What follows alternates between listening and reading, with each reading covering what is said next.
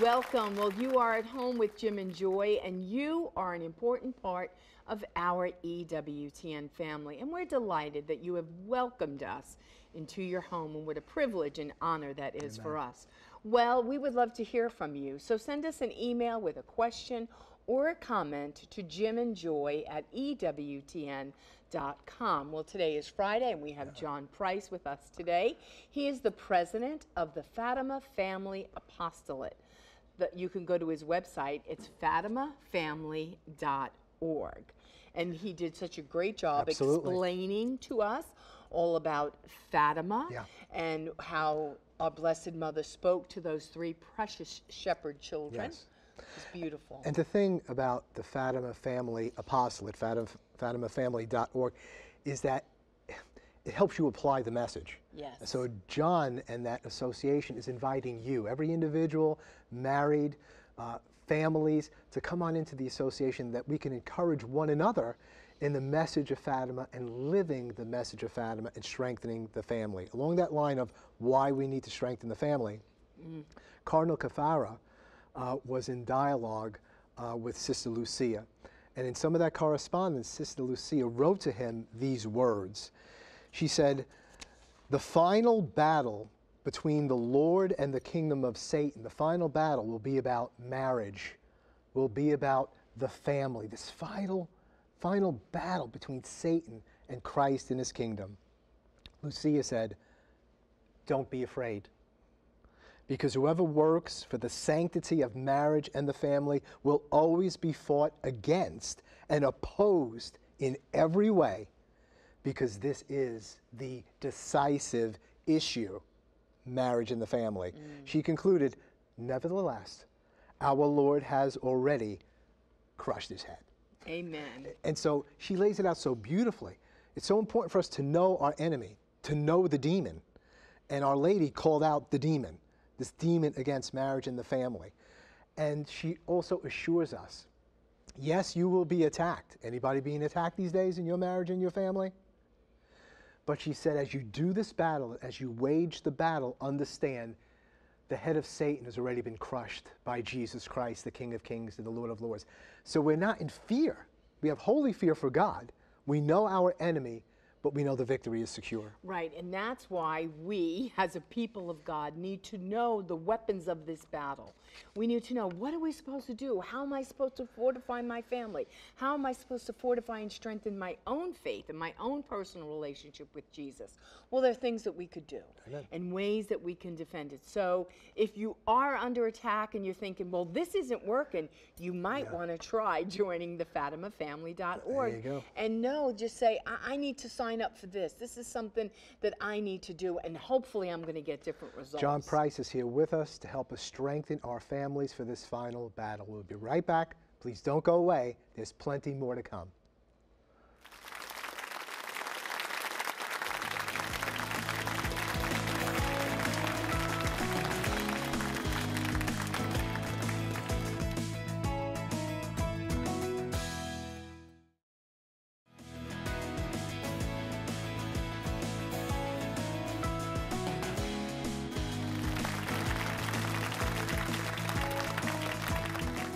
Welcome back. Well, today we're going to finish our discussion with John Preiss, who is the president of Fatima Family Apostolate. You can go to the website fatimafamily.org. Well, John, we want you to tell our family at home, you're the president of this organization, but who was the founder? Who started this before he passed this massive torch on to you? Well, Father Robert J. Fox is his full name, and he founded the apostolate in 1986. He wrote over 60 books, thousands of articles for all the different, every Catholic publication out there he probably wrote an article for. On EWTN, several programs, EWTN radio, Catholic radio throughout the U.S. So he done a lot, he done a lot for the message of Fatima. And he really always had a devotion to Our Lady. And he knew that he was going to be a priest at a young age.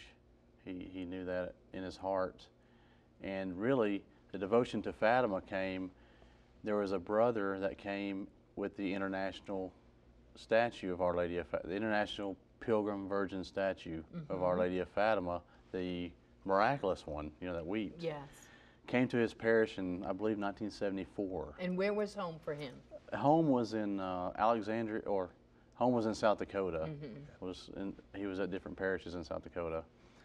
So this brother brought this statue of Our Lady, and he, right when the brother walks up, he says, "What are you going to tell my people? You know, what is this all about, you know?" And so he started talking to him about Fatima. So the brother did the program, had a good turnout, did the program. And Father said he stayed up all night almost talking to this brother about Fatima. And the brother said, "Well, I'm going back in October 13th. You want to come?" And Father's like, "Sure, I can do that." He said, "Well, get your ticket. I'll meet you at the airport in New York, and we'll leave out and we'll go to Fatima." Well, the brother didn't show up. Father goes to Fatima, knelt down at the cova there and asked Our Lady, you know, what she, you know, what she wanted of him, and he felt called to begin not the Fatima Family Apostolate, but to work for Our Lady of Fatima. So he, in the early stages of his Fatima mission, he worked with the Blue Army Cadets, and he worked with young people, and he'd take youth to Fatima. He took 150 youth to Fatima every year for about 25 years. Wow. Yeah. And the amazing thing about these youth trips, because we're really, that's where we're losing it, is the youth. You know, we got to figure out a way to get the youth again interested in the faith and stuff. And so these trips really brought that. I have so many emails and people write to me and say, "I went to Fatima." I'm like, "How many people went to Fatima with you?" All these people, you know. And I'll even have people come to the museum and we have pictures of these trips, and they'll say, "Well, there I am. There I am. There's my cousin. There's so-and-so." And then a priest came in one time. He said, "There I am, and this guy's a priest, this guy's a priest, this guy." And a lot of these people, just through the message of Fatima, they were touched by Our Lady to become religious, you know. And so these trips were very instrumental in part of living this message and bringing this message out, you know, of Our Lady of Fatima. Right. So I read a portion of his autobiography, and I think there may be as many as 200 young people that went on trips that went into religious vocations. That's incredible. That's amazing. And I don't even know if he was thinking about that they're going to get vocations. He was just taking young people over, and they were having, like him, an encounter, some kind of encounter that takes place. And I guess it's a dangerous thing to go over there and to say, "Whatever you want, lady, I'll do. Yeah, lady, I'll do it." Yeah. And just got him and got over 200 vocations. Religious sisters, brothers. And Father did a lot too. He with his last parish in South Dakota, he built an outdoor shrine for Our Lady, and they have different things there for the parish. And he used to have these Marian congresses every year, and he did that for about 12 or 13 years. Mother was there, Mother Angelica came, and they'd have 3,000 people come to these congresses, and the population of the town was only 600 people. Right. So it doubled the population, and these were just really, people were really excited, you know, about the message. They were excited, you know, like we can think back when maybe grandparents and they were praying the rosary and doing these things, but we just kind of missed that link to where it wasn't passed on to the next generation.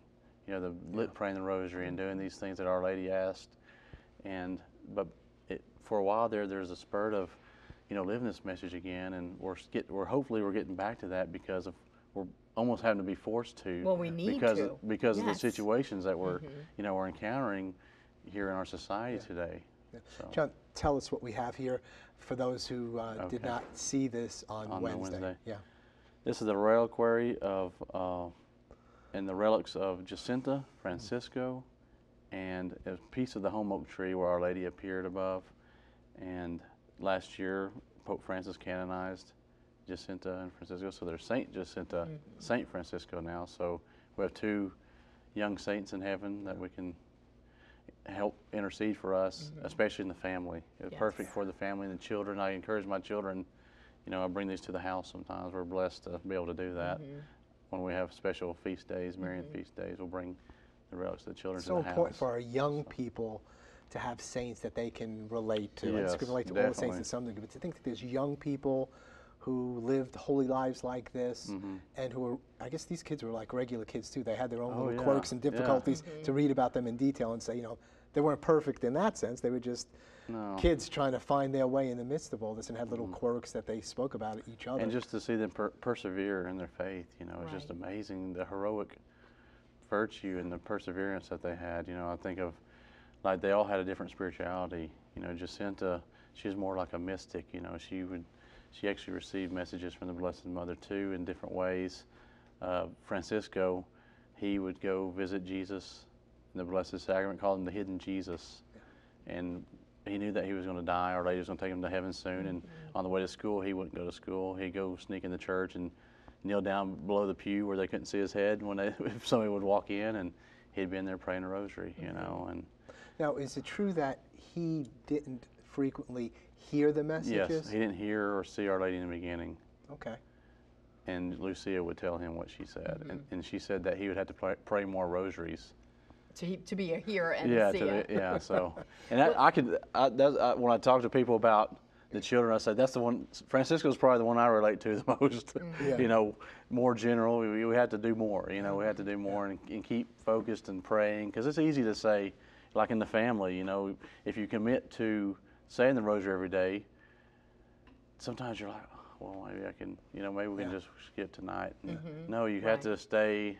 You have to stay You focused. got to stay focused and try to do it every night, and because once you quit doing something, it's harder to start Right, back. to, You know? to reset it. So you have 8 children, We have 8 children. and all different ages. All different and ages. you're going back. I have And they all pray the rosary perfectly all the time, and there's never been a problem in your family? Tell us about that. well, No, yes, no, really, seriously, I mean, praying Yeah. the rosary, some people really are afraid. Sometime- How do you do it? yeah, because with the little ones, you know, I have Angelica, of course. You know, that's you get in trouble when you name somebody Angelica. That you're asking for it already. You know, so we have a little Angelica, and she's a little spitfire, but so she's the one I'm having trouble with now, because she's just turned 2. So I had to get up and walk with her, and then Right. lead the rosary. Then I try to get the kids. The neat thing about the family bonding with the rosary is, in the beginning, the intentions. So we offer up our Right. intentions for. So we're saying Grandma and Grandpa, Right. our brothers and sisters, and that we can be holy, and for all those who have died. And we even watch movies sometimes, like the old movies we'll watch. And my wife will say, I wonder what happened to that actor, you know, and she'll read something bad might have happened to Right. them, and so we'll add them to our prayer list, Right. because no one's praying for these people, you know. So we offer up the intentions. This moves their hearts. Yeah. And so Yeah. they're thinking, wow, we can pray for these people. This is real. And so it creates a bond there. And we also use it, I try to tell some of the younger families, because, you know, the kids are pretty good at church. We try to keep them in line. And the rosary is a good teaching tool for church. Say, hey, this is Right. like church. This Sit is how we down. settle. Yeah, sit down. This is like church. We'll sit down and pray. Now, like I said, Right. we're not in a perfect world, and don't always end up perfect. And like I said, we was talking last night about you two, me and my wife, Jim and Joy, and we have a little Ella. And she said, Ella's gonna be Joy when she grows up. I could tell. And that'd be a but she's got this joy about her, and she's all over the place. You know, Ella, she's a mess. But so they're all. Yeah, I just want to share about Joy and Ella, you know, because I had a dream one time that Joy was on a horse ride and I was on the back of it just going for the ride. What do you think that means? Yeah, right. So Yeah, Google that. okay. God bless Ella. Yeah, so it's just, you know, they all have, and what's helped us too is you start understanding their temperaments. Right. And once you understand the children's temperaments, you can guide their faith a little better. Right. Because you understand that this one's this way, this one's One's this going to way. be more sensitive. One's Yeah. going to be more action So you kind of, orientated. so you kind of push what you can do. You know, you can lead the rosary. You're kind of more out there, but you want to encourage them all to Right. get out there. So sometimes, like, just for training, to get up and learn how to speak and talk. Okay, like my oldest son, for instance, I'll tell him sometimes, he's 15. Go, you lead the rosary tonight. Right. And so he'll lead the rosary. You know, so we just No, it's try to so incorporate beautiful. But that's the domestic church, because maybe one day they're going to go up in the church and they'll be lectors, or one will be a cantor. And Yeah. so it's ways to really develop their spiritual gifts too, and practice their virtues. And they just know grow. that, hey, this is what we do, and it's this a is, safe and we place. feel, and they see the benefits, because I know in my life, and probably in your life too, that the rosary is, the power of the rosary is just, I've had several incidents where I know it was because of praying that rosary that this situation came out like this. Right. So, and I 'Cause think if we prayer can, matters. it does. And like at night, I always keep a rosary with me, like at night too, because I'll wake up sometimes at 3, and then I'll do the Divine Mercy Chaplet too, you know. So it's just a way, you know, just like I was telling you earlier, you have to not be of this world to be a part of the spiritual world, because it don't work together. It's like button heads, you know. You can't be out here doing this and being this and come home and pray, and you can't be two people, you know. Right. You're either trying to do spiritual things, doing God's will, or you're out here doing your will, or the world's will. So we have, you know, it's just something that it's a challenge. It's a challenge. Tell us more about Father Fox. I mean, I remember seeing him around, and I didn't know that much about him, but he really was. Oh, that's the Fatima priest, you know. So that's what everybody knew him as. What was he like as a person? You must have been very close to one another. It's a little surprising to me that he would select a layman to continue the ministry. I always think a priest would select a priest and do that. What was it in your relationship? Well, you know, we talked about it later on too after we met, you know, but in the beginning I met him in 2003, I believe, right when he first got here, because the house he moved in needed some remodeling done. So I went with a friend, and we went over there and we worked on his house, and I started noticing all this stuff, these statues of Fatima and all these books, and he was real cordial and polite and everything. And so I started thinking, you know, I want to come back and visit with him and just talk to him, because it got me interested, because I always wanted to write a book or do articles. So I asked Father, I said, you know, I'd like to write an article. He said, well, why don't you write one for our magazine? I said, well, okay, how do I do that? You know, I said, I failed 9th grade English. How am I supposed to do that? He said, it's a miracle. Yeah, it's a miracle. So I wrote an article on evangelization, my first article I wrote, and he said, just turn it in, and I'm the editor, I'll take care. You know, editors, that's what they, you know, but anyhow, so that's how it started. We started this relationship. I started visiting him. The funny thing about it, my wife, growing up, you listen to his children's story time album, and so she knew who Father Fox was before I did. And to see him walk in our house, that was pretty special for her, you know, to actually meet him. And she really loved him too, just like I did, you know. And we got to become real close friends. We went on some trips together to Louisiana to talk to homeschool groups and things. And so it's just really, he was a jovial type priest, and he was witty, real witty. You know, he could get aggravated at times, because, you know, when you're over so much, you're doing so much. Like he'd tell me, I can't understand what you're saying. You're from Alabama. And did he tell you that? You know, he'd tell me stuff they wouldn't tell us. But he said, you need to speak slowly and clearly, you know, so because if you're going to be involved in the apostle, you know. He really mentored you, Yeah, so he would tell me things, and I understood he did it because he loved me. Right. He said, like that's what he said. Yeah. He said, you know, I'm telling you this because I love you. You know, that's why I'm telling you this. And so we had this special bond, and he would call me sometimes, my remote won't work, you know, I'm trying to watch Little House on the Prairie, you know, and stuff, you know, it's just, you know, we just had this bond. Just explain the problem slowly to me, Father, and I'll get it to you. I went, and he was using the old DOS computer to write all these books on, right? And so I said, I'm going to get you one of the new computers. He's like, oh, really? So I brought it up there, and he called me, my computer ain't working, and he's up there, and I was like, let me look at it, and he's up there pushing all the buttons. It's not turned on. Father, don't do that. He's over there pushing more buttons.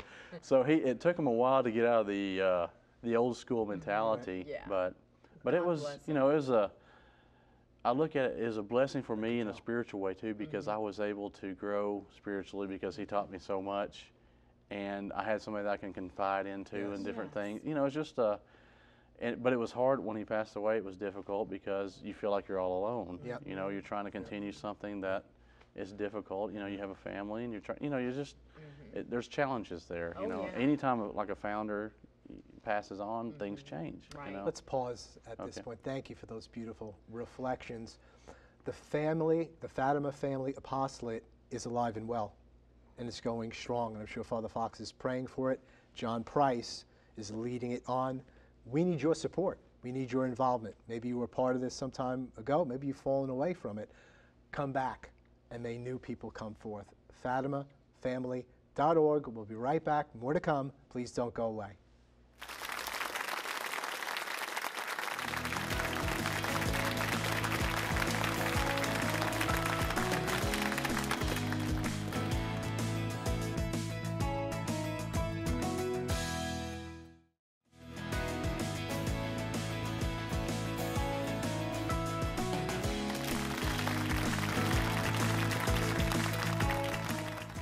Well, we're visiting today with John Preiss. Before we continue our discussion, we're going to check in with Joan Lewis. Now, Joan, Cardinal Caffarra was a Fatima scholar, and you got to interview him. Isn't that so?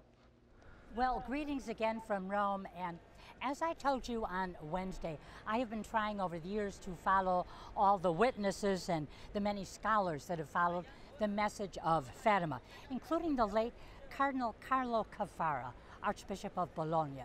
Now, I first met him as Father Caffarra several decades ago, just shortly after he had been asked by the Pope to set up what would become the John Paul II Institute for Studies on Marriage and the Family. Now, in a 2008 interview, 3 years after Sister Lucia of Fatima had died, Father Caffarra mentioned this fact that he had been instructed to set up this institute by the Pope. And the Cardinal explained in this interview that at the start of his work, he wrote a letter to Sister Lucia through her bishop, since he could not do so directly. Inexplicably, he explained, since I did not expect a reply, seeing as I had only written to ask for her prayers, I received a long letter with her signature, which is now in the archives of the Institute. In that letter we read, the final battle between the Lord and Satan will be about marriage and the family. Lucia said, don't be afraid, because whoever works for the sanctity of marriage and the family will always be fought against and opposed in every way, because this is the decisive issue. But she concluded, nevertheless, Our Lady has already crushed his head. Now, an interesting footnote to this story.